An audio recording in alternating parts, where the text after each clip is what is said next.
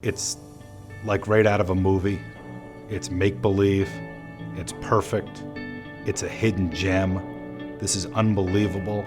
I never knew this existed. Now I'll never forget it. Our weekend at JMU ranks up there in my 15 years around the show as a top 3 experience.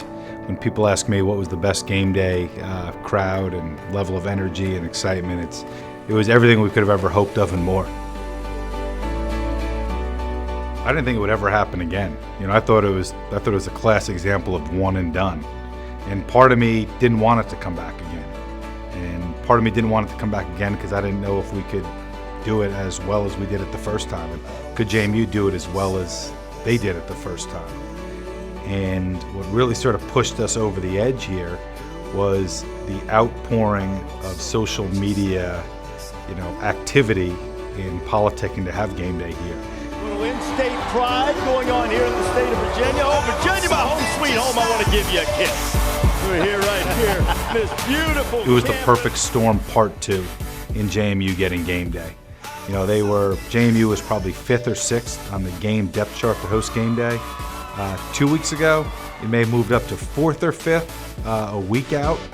And the week prior, we were looking at going to Oklahoma and Texas on this weekend. And then Oklahoma lost as a 31.5-point favorite. And then it came down to a series of games.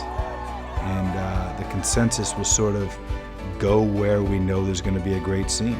And that's not a knock on Miami. It's not a knock on San Diego State. I'm sure there'd be really good venues. But this was a proven commodity.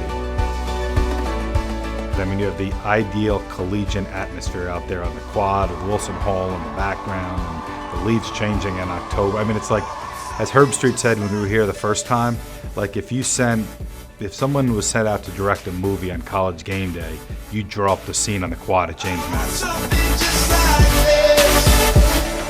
So I remember seeing Villanova JMU on the list right from the get-go.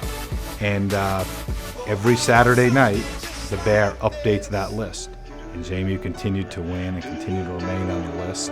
And again, it's just sort of the perfect storm. They sort of stood the test of time.